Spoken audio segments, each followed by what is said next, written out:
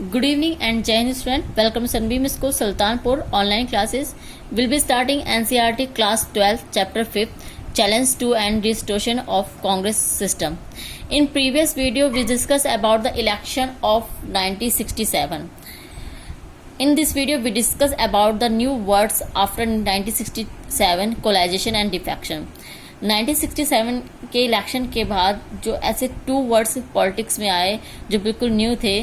First, the election of 1967 brought into the picture of the phenomena of coalition since no single party had got majority. Means जब किसी भी party को 1967 के बाद full majority में vote नहीं मिले तो कोलाइजेशन की गवर्नमेंट बनी. जो नॉन कांग्रेस पार्टी थी उन्होंने कोलाइजेशन करा और गवर्नमेंट बनाई. Various non Congress party come together into form joint legislative parties that supported non-Congress government. And new words the defection. Another important feature of the politics the 1967 election was role played by defection in the making and unmaking of the government in the state. कुछ state थी ऐसी to state थी जहाँ पे कांग्रेस की जीत हुई थी लेकिन तब भी वहां पे कांग्रेस रूल नहीं कर पाई. उसके पीछे रीजन था defection. Defection means an elected representative leave the party on whose symbol was elected and join another party.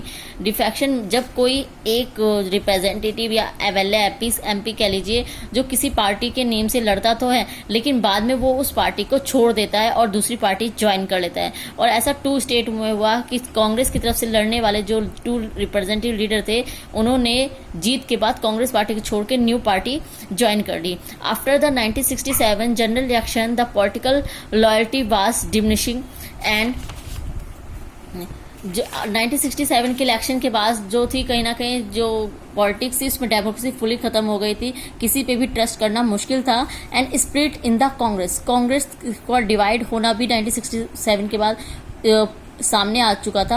After 1967 election the Congress retain power at the centre but with a reduce majority and loss power in many states. कई 9 states ऐसी थी जिसमें after 1967 के election में जो Congress party थी वो अपनी मेजोरिटी खो चुकी थी. हमने प्रीवियस वीडियो में देखा ऐसी 9 स्टेट थी. The result prove that the Congress could be defeated at the election but there was no substitute as yet.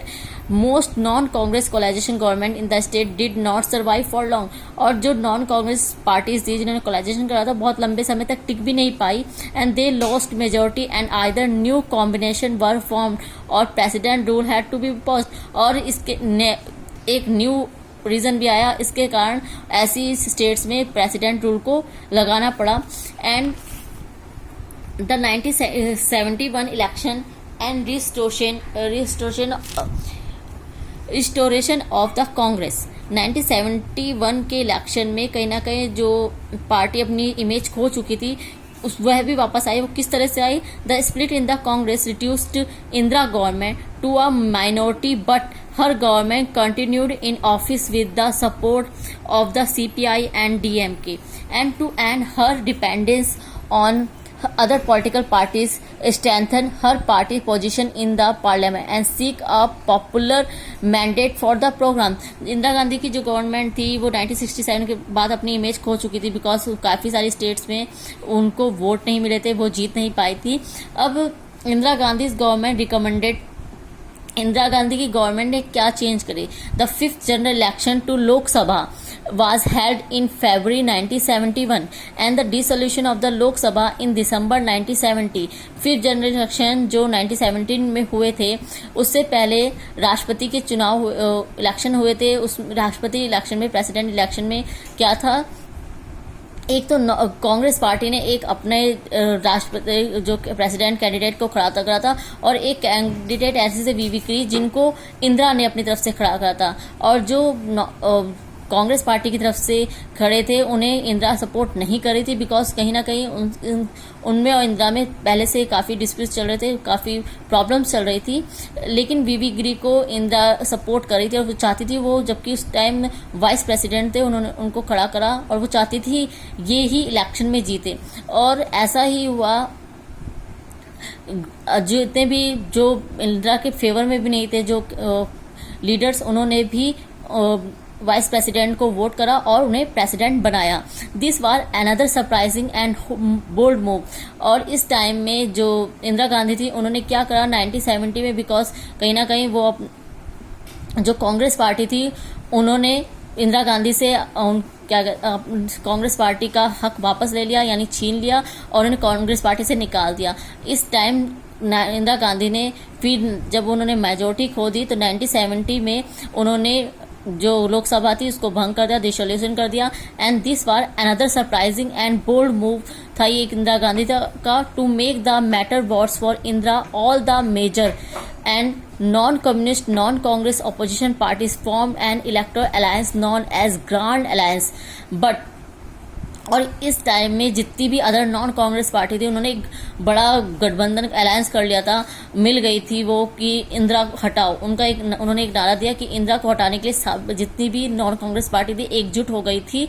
But Indira Gandhi party had an issue and agenda and positive slogan, गरीबी हटाओ। जितनी भी non Congress party थी उनके पास कोई और agenda, कोई policy नहीं थी। बट जो इंदिरा गांधी की जो पार्टी थी जिसको वो ओल्ड कांग्रेस कहती थी, जो जिसको रियल कांग्रेस कहती थी, उसके पास खुद का एक एजेंडा था, खुद की पॉलिसी थी। उनका था गरीबी हटाओ। लेकिन जो नॉन कांग्रेस पार्टी उनका कोई और एजेंडा, कोई पॉलिसी नहीं थी। उनका बस एक ही पॉलिसी थी कि इंदिरा हटाओ। The opposition party did not have any political programs and no agenda, no issue, but the opposition party had only one common program, Indira हटाओ। इस रीजन से भी, और इसका क्या आउटकम हुआ, इसके कारण जो in next video we discuss about the result of the 1971 election. 1971 के इलेक्शन के बाद ये रिजल्ट निकला, जो इंदिरा की जो गवर्नमेंट थी वो काफी ज्यादा वोट से इलेक्शन में वॉन हुई थी, मेजोरिटी में उसने वोट पाए थे। Now thank you student. In next video we discuss about the outcome of 1971 election.